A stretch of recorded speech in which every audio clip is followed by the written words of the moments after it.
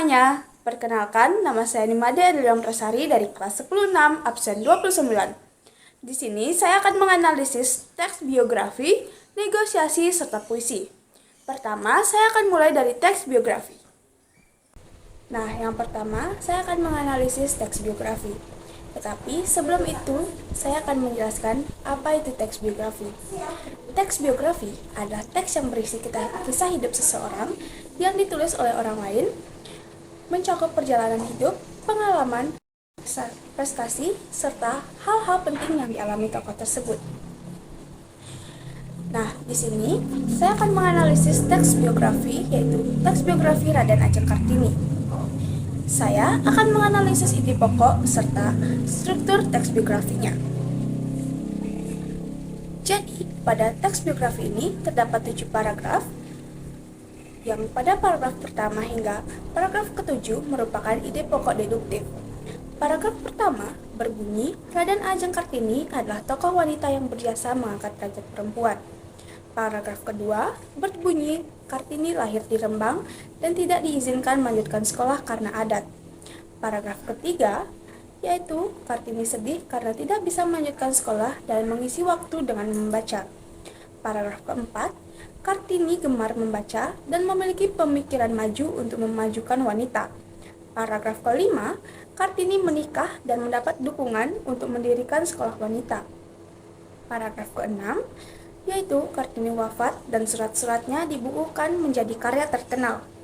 Dan paragraf terakhir atau paragraf ketujuh berbunyi, harapan agar muncul Kartini-Kartini baru yang berjuang bagi bangsa.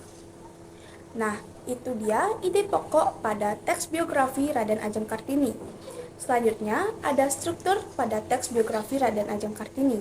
Struktur ini terbagi menjadi 3, yaitu orientasi, peristiwa penting, serta reorientasi. Orientasinya terdapat pada paragraf pertama hingga kedua yang berisi pengenalan siapa itu Raden Ajeng Kartini dan juga latar belakang kehidupannya. Kedua, ada peristiwa penting. Peristiwa penting ini terdapat pada paragraf ke-6, dari paragraf ketiga hingga ke-6, yang dimulai dari kesedihan Kartini yang tidak bisa melanjutkan sekolah hingga wafatnya Kartini. Dan terakhir ada reorientasi yang berada pada paragraf terakhir atau paragraf ke-7, yang berisi harapan baru agar muncul Kartini-Kartini baru. Selanjutnya saya akan menganalisis teks puisi. Tapi sebelum itu saya juga akan menjelaskan apa itu puisi. Jadi, puisi adalah karya sastra yang menggunakan bahasa yang indah, padat, dan juga penuh makna untuk mengungkapkan perasaan, pemikiran, serta imajinasi penulis. Jadi, puisi yang saya pilih adalah puisi berjudul Aku karya Chairil Anwar. Di sini, saya akan menganalisis unsur fisik dan juga unsur batin. Unsur fisik terbagi menjadi 5, yaitu tipografi, diksi, imajinasi, kata konkret, dan juga gaya bahasa. Pertama, saya akan menganalisis tipografi pada puisi tersebut. Jadi, tipografi pada puisi Aku karya Chairil Anwar berbentuk puisi bebas, tidak terikat aturan jumlah baris maupun rima. Kedua, ada diksi atau pemilihan kata. Diksi pada puisi tersebut terdapat pada kalimat binatang jalang yang berarti seseorang yang liar, bebas, dan tidak mau terikat aturan. Ketiga, ada imaji atau imajinasi. Imaji pada puisi ini terdapat pada kalimat peluru menembus kulitku yang menggambarkan seolah-olah pembaca dapat melihat atau merasakan tubuh yang tertembus peluru. Keempat, ada kata konkret.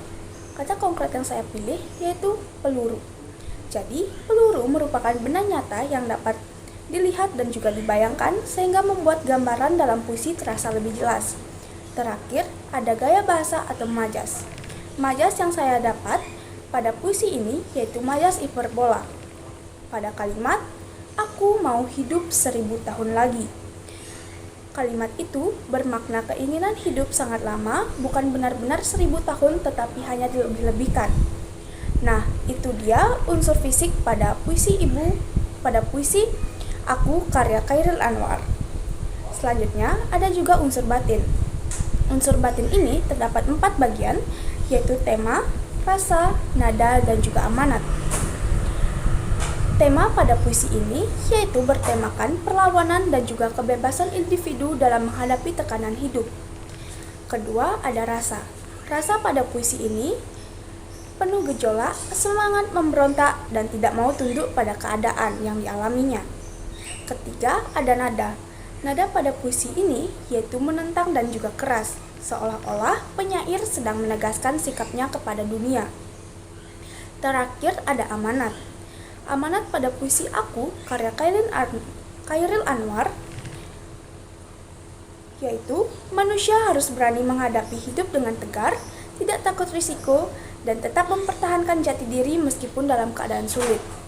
Nah, itu dia analisis saya dalam puisi Aku, karya Chairil Anwar. Nah, yang terakhir saya akan menganalisis teks negosiasi. Teks negosiasi yang saya analisis yaitu teks yang bernegosiasi dompet. Di sini saya akan menganalisis kaidah kebahasaan dan juga strukturnya.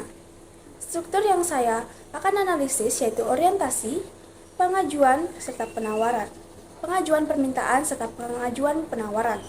Orientasi pada teks ini yaitu pada bagian pembuka berisi salam dan sapaan antara pembeli dan juga penjual. Pada teks ini berbunyi selamat siang. Kedua, ada pengajuan permintaan. Pembeli menyampaikan kriteria dompet yang dicari seperti bahan kulit, awet, dan ukuran besarnya. Nah, pemenuhannya, penjual menunjukkan barang yang sesuai dengan keinginan pembeli seperti kulit sapi, asli, model panjang, serta jahitan double. Selanjutnya, ada pengajuan penawaran.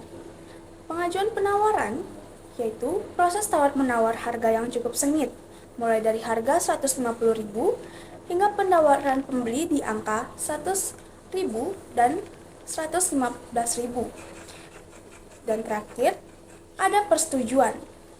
Jadi, kedua pihak sepakat pada harga 125.000. Dan akhirnya, ada penutup, yaitu transaksi selesai dengan penyerahan uang dan ucapan terima kasih. Pada teks ini berbunyi, terima kasih banyak ya Mbak. Nah, itu dia bagian struktur. Selanjutnya, saya akan menganalisis kaidah kebahasaannya. Pertama, ada pronomina. Pronomina atau kata ganti menggunakan kata ganti orang untuk membangun interaksi yang sopan. Contohnya, penggunaan kata saya. Saya itu pembeli, serta sapaan Mbak dan juga Pak. Kedua, ada kalimat langsung. Seluruh dialog yang menggunakan tanda petik yang mendapatkan kalimat disampaikan langsung oleh penutur. Contohnya, pembeli, berapa harga dompet yang coklat tua ini Pak? Itu ada tanda petik dan juga tanda tanya. Ketiga, ada kalimat deklaratif dan interrogatif. Interrogatif atau pertanyaan, contohnya digunakan untuk menanyakan informasi atau menawar, seperti jahitannya rapi tidak ya? Dan kedua ada deklaratif yaitu pernyataan, digunakan untuk memberikan informasi produk. Contohnya, ini kulit asli, paling saya kurangi sedikit saja. Dan keempat, ada kalimat persuasif. Kalimat yang bertujuan membujuk atau meyakinkan pihak lain. Contohnya, penjual meyakinkan pembeli dengan berkata, ini jahitannya double, dijamin kuat dan tidak mudah mengelupas walau dipakai lama. Dan terakhir, ada tuturan pasangan. Adanya aksi dan reaksi yang saling berhubungan antara pasangan dalam dialog, seperti salam dan dibalas dengan salam. Contohnya, selamat siang dan dijawab dengan selamat siang. Lalu, bertanya dan juga menjawab. Berapa harga dompet ini Bu? Dijawab, itu harganya 150.000. Selanjutnya, ada menawarkan, yaitu bisa ditolak dan juga bisa diterima. Seperti proses tawar-menawar harga di mana penjual sempat menolak harga 100.000, namun akhirnya menerima harga 125.000. Nah, itu dia analisis saya dari teks biografi, puisi, dan juga teks negosiasi. Saya tutup dengan terima kasih.